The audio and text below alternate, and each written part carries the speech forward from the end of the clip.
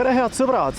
Tänases saates oleme tulnud Harjumaale Liivamäe külla, kus teeme tutvust ettevõttega Algerest, mis tegeleb nii teraskonstruktsioonide tootmise kui ka innovaatiliste hoonetega. Soovin teile head vaatamist!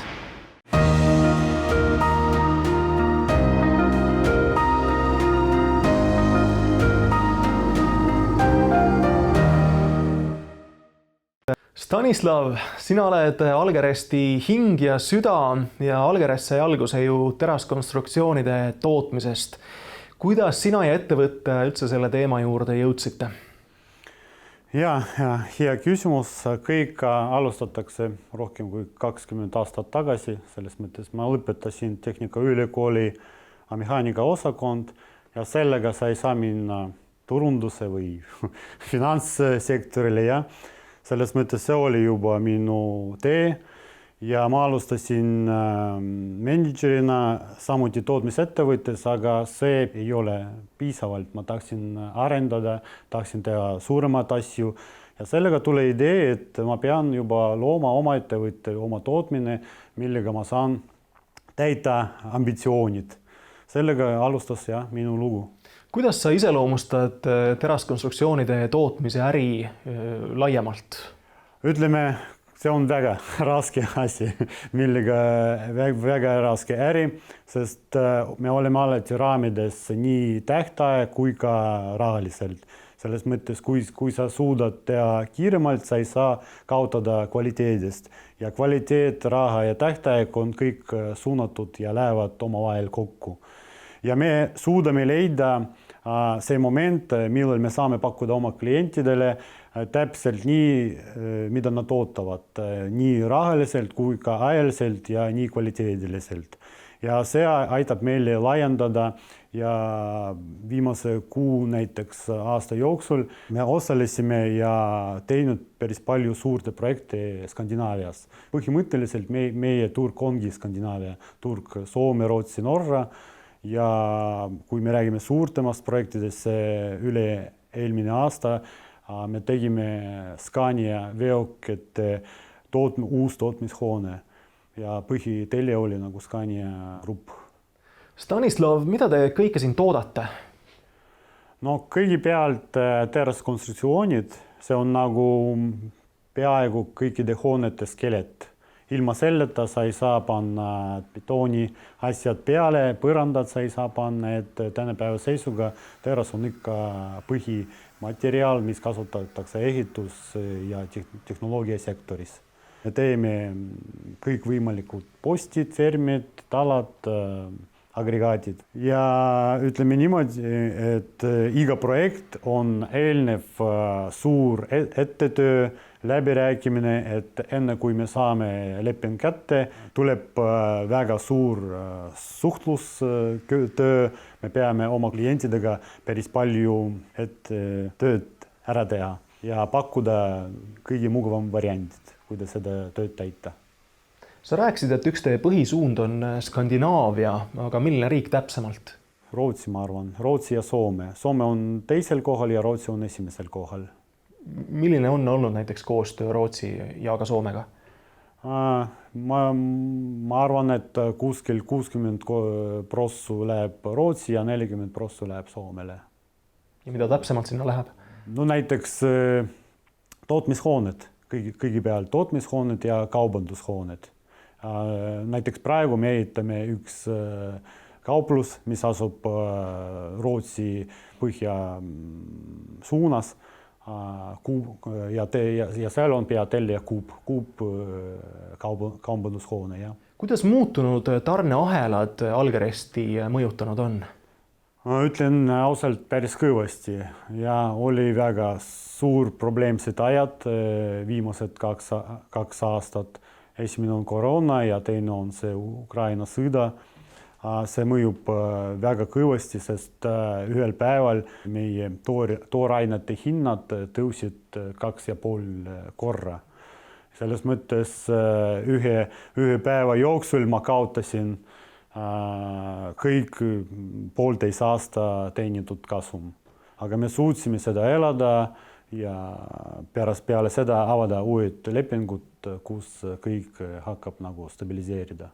Kuidas sa hindad, milline on praegu terase tootmise tervis üldiselt Euroopas? Ütlen ausalt, et majandus mõjub kõikidele sektorile, aga kõige rohkem ehitussektorile.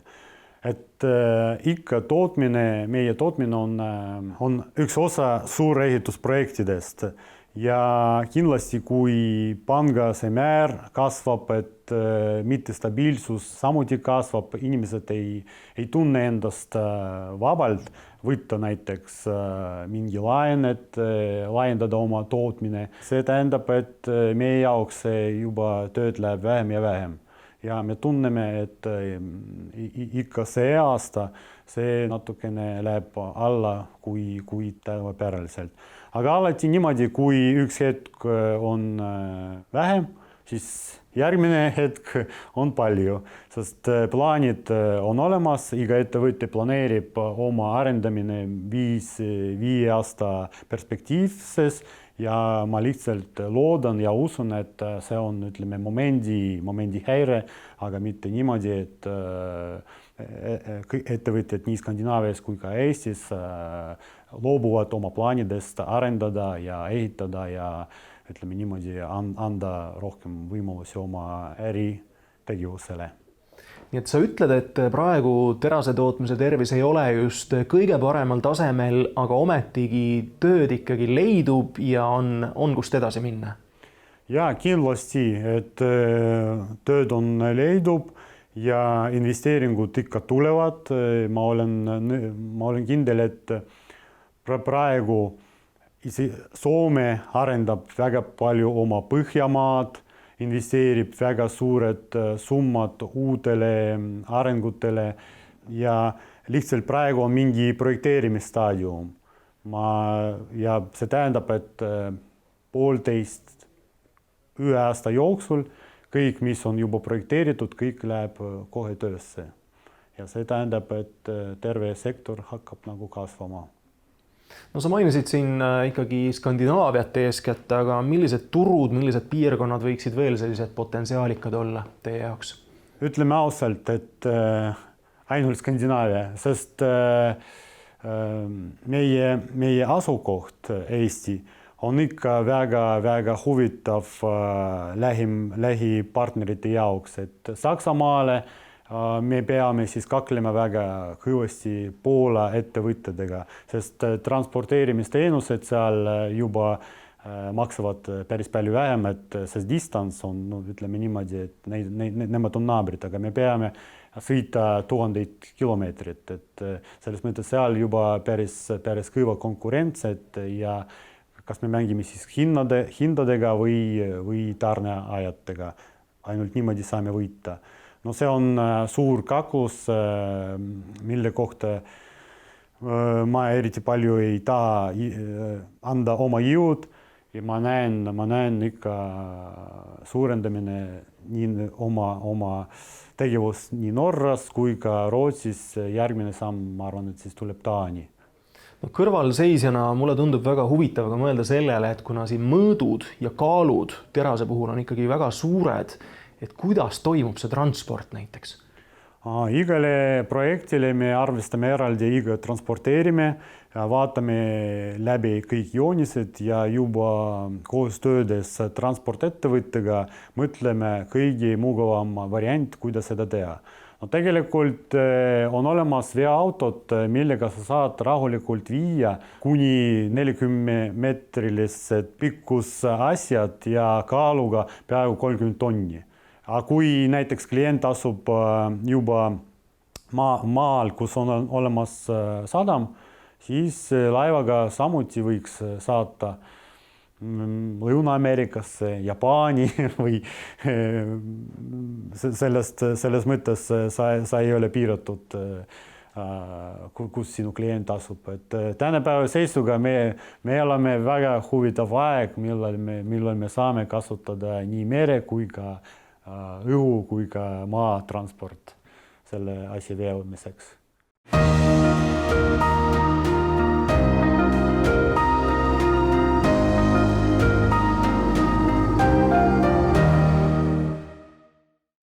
Stanislav, Algerestil on veel üks tootmisharu, selleks on autonoomsed majad. Kuidas te selleni jõudsite? Selles mõttes ka 3 aastat tagasi olin suusareisil mäedes ja nägin, et seal on päris palju ilus kohti, aga kus ei olnud seisnud ühtegi maja. Siis ma mõtlesin, kui oleks selline lahendus ja ma kirjutasin äriplaan ja me saime EAS-i toetus, et oma toode arendamiseks. Meie eesmärk oli teha 100% autonoomne maja, mis on CO2 täiesti vaba, mis kasutab ainult tänapäeva seisuga kõige tehnoloogilisem ja innovatiivsem lahendused, mis ei kasuta mingi põlevkütus ja millega sa saad lihtsalt minna või rajada absoluutselt ükskõik kõige ilusam koht maailmas. Meie tehnoloogia abil me teeme niimoodi, et ikka oleks seda võimalus ehitada, elada, nautida loodust ja mitte ja peale enda ei jäta ühtegi jälje nii loodusele kui ka elule. Milles siis täpsemalt seisneb Algeresti selline kestev ja keskkonnasäästlik tootmine? Praegu me oma teel kätte saada inglise keeles Environment Performance Declaration, kus me deklareerime, kuidas me teeme seda tootmine rohelisem. Järgmise aastal me enda jaoks ehitame päikesejaam, sest see aasta investeerimine läheb ikka meie uus toodele. Aga tulevikus kindlasti, et juba praegu me proovime tellida ja teha kõik oma tööd niimoodi, et jääkide arv oli nii vähe, kui seda võimalik üldse. Teil on ju üks koostööpartner ka Hispaaniast, üks startup firma, mis pakub ka ju üliinnovaatilisi vesinikgeneraatoreid. Et kuidas te teineteist leidsite selle Hispaania firmaga? Meil oli mess eelmisel aastal ja lihtsalt üks poiss läheb mööda. Temale meeldis pilt meie maja kohta, mida me seal näitasime ja teine sõna hakkame rääkima ja jätkame seda vestlus meile peale, teeme paar kohtumisi Zoom kaudu ja siis ta ütleb, okei, tulge meie külla, me näitame, kuidas see välja näeb ja mis see annab inimestele. Me räägime siis vesinikgeneraatorist või siis jaamast, aga miks siis ikkagi vesinik Algeresti jaoks nii tähtis on? No ütleme niimoodi, et mulle tundub ja sellest praegu kirjutab peaaegu iga artikkel, et see on tuleviku kütus, sest energia, mis annab vesinik, on väga palju. Ütleme niimoodi, 30 aasta jooksul tehnoloogia rohelise vesiniku kättesaamiseks tuleb päris palju lihtsamaks, nagu see oli 30 aastat tagasi. Stanislav, räägime sellest maja prototüübist ka lähemalt, et mis muudab selle nii innovaatiliseks? Selles mõttes me nimetame seda praegu 4.0 maja, kus iga 0 tähendab mingi eesmärgi saavutamine. Esimene 0, et meil on innovatiivne hydraulika vundamenti baas. See tähendab, et maja seisab jala peal, aga iga jalg töötab iseseisvalt ja see tähendab, et pind, meil on ükskõik milline pind, kas see on mäed või see on liiv või see on tavamaa. Me lihtsalt paneme seda peale ja iga jalg hakkab otsima enda jaoks sobiva positsioon ja toob maja nulli tase. Teine 0, et me ei ühenda ühtegi kesksüsteemile. See tähendab, et meie maja peab andma kõik inimeste vajalik asjad nagu vee, soojus, jahutus, kanalisatsioon ise enda jaoks. 3. 0, maja ei anna kuidagi CO2 välja, see tähendab, et kõik energiaallikad on täiesti rohelised, me kasutame päike, tuuli ja vesiniku energia maja soojendamiseks, maja jahendamiseks ja energia kättesaamiseks. Ja 4.0 on siis tark prügimajandus ja tark tarbimine. Et ma ei ehita rohkem, kui mul vaja ja ma ei kasuta rohkem, kui mul on vaja. Saan ma siis õigesti aru, et kõik see ongi siis täiesti nagu eraldiseisev moodul? Ja, täpselt nii. Selles mõttes maja on jagatud kahele osale. Üks on tehniline ruum ja teine on siis elamispind. Ja neid võiks siis tellida isegi eraldi, sest tehniline moodul on juba varustatud 100% kõikide seadmetega ja 1 minuti jooksul ta annab elu siis ükskõik mille kõrvale seisav hoonele. Kas see on meie pool tuleb või klient tahab ainult tehniline ruum. Tegelikult see avab meile päris palju piire äri suhtes. Me saame kasutada seda tehniline moodul eraldi toodena, näiteks business to government alal. Kuskil juhtus maaväri, infrastruktuur rohkem pole, päris palju probleemi ja elekter ei ole, vett ei ole, mitte midagi ei ole. Siis on võimalik tuua eraldi meie tehnilised moodulid ja koostada haigla 1 päeva jooksul, kus võiks anda inimestele sooja vett, lihtsalt sooja ruumid ja anda nendele võimalust ööbida või siis kuidagi aidata. Minu põhiäri teraskonstruktsioonid, kui me mäletame õigesti, annab mulle võimalus mängida arhitektuurses osas nii palju, kuidas ma tahan. Aga üldiselt, kui teile tuleb ja ütleb, ma tahan 5-meetrised laed, ma tahan ümmarguline maja, ma tahan 3-korrulisene, ma tahan siia panna oma logo, mis iganes, mis ta tahab, teraskonstruktsioonid annab mulle võimalust, et kui me teame, mis võimalik ehitada teraskonstruktsioonis, et kõik New York on ehitatud terasest, Dubai ehitatud terasest, selles mõttes meie käed on täiesti vaba pakkuda absoluutselt igasugune arhitektuurne lahendus. Kui rääkida veel sellest autonoomsest tehnilisest ruumist, siis et saada ettekujutus, et kui suure hoone see võib ära majandada? Praegu me arvestame, et X tehniline ruum annab elu 100 meetrit ükskõik mingi hoonele, kas see ärihoone või see elamispind.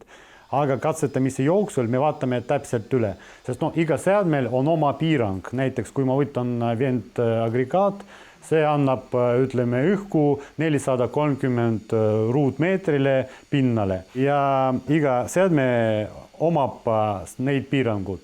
Aga see ei ole probleem meie jaoks. Selles mõttes, millal me arvestame see number, kui palju ruumi me saame neid ressursid anda, siis lihtsalt, kui me tahame suurendada, siis paneme veel üks tehnoruum juurde. Ja niimoodi. See on nagu konstruktor Lego. Nagu ma ütlesin, et süsteem on töödeldud niimoodi, sa saad ehitada nii laiali kui ka teha väiksem. Me lihtsalt arvestame, milliseid soovid, kui palju inimesi hakkavad elada ja siis pakume juba lahendus.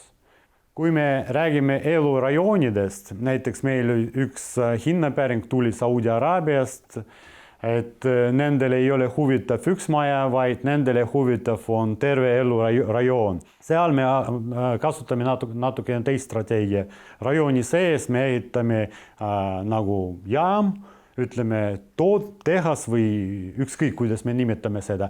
Aga see elujaam, tehniline ruum annab siis juba elu näiteks 15-25 majadele. Siis järgmine ja niimoodi hakkame nagu juba ehitama rajoonide kaupa. Ja saame suurendada linnade kaupa või siis riikide kaupa. Selles mõttes võtab natukene ressurssi, aga see on täiesti võimalik. Kui me räägime nüüd Algeresti tehnoloogiatest, et kuidas seda oleks võimalik nagu enda kasuks tööle panna, et kas endale või oma ettevõttele ise energiat tootes? Projekteerides kõik neid süsteemi, me saame targemaks. taastuvenergia sektoris, kuidas see töötab, kuidas võiks üldse energia kätte saada, kuidas see võimalik säilitada ja ütleme niimoodi, et järgmine aasta perspektiiv ja see aasta algus on juba üks ärisuund, et ikka taastuvenergia allikate Eesti ettevõtjate jaoks ehitamine. Et sa soovitad seda ettevõtetele? Jaa, kindlasti. Me elame nii huvitav aeg, millal igal ettevõttel, igal inimesel on olemas võimalus ehitada enda jaoks energia tootmine. See on täiesti põnev.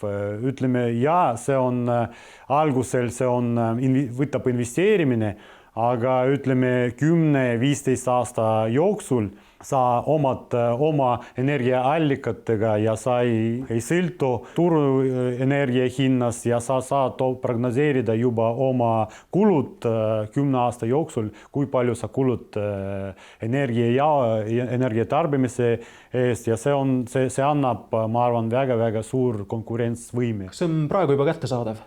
Ja kindlasti, et Algerest OÜ praegu me juba pakume seda teenust, me saame pakkuda ettevõttele absoluutselt tänapäeva seisuga kõik laiali teadlikud lahendused, näiteks päikesepargid, salvestussüsteemid ja peale, kui me katsetame oma vesinikujaam, ma arvan, et me oleme Eestis esimesed, mitte Eestis, Euroopas esimesed, kes hakkavad seda kasutama ja pakkuda ja paigaldada ettevõtete jaoks. Kuidas sa näed Algeresti 10 aasta pärast? Olen kindel, et me hakkame me oleme siis number 1 mängija kestliku linnade ehitamise sektoris. Selles mõttes mitte ainult Eestis, vaid maailmas. Ja teine suund, taastusenergia allikad, neid 10 aasta jooksul tulevad veel rohkem ja ma arvan, et me pakume meie kliendidele number 1 energia partner taastusenergia küsimuses. Mida pöörast te veel plaanite siin lähiaastatel? No kõigepealt katsetada prototüüp ja leida juba esimesed lepingud selles suunas ja laiendada olemasolev tootmine ja ehitada 5 aasta jooksul oma tootmishoone kindlasti selles mõttes suur ja mis vastab kõikidele tipptehnoloogiatele ja kindlasti autonoomne tootmishoone, mis ei ühenda ühtegi võrkule. Aitäh, Stanislav, meile seda teemat tutvustamast ja hüva nõu andmast ja edu Algerestile. Aitäh teile. Selline näebki välja siis see tehniline hoone. Aitäh Stanislavile ja Algerestile selle rohelise idee ja teostuse eest. Meie kohtume teiega juba järgmises saates.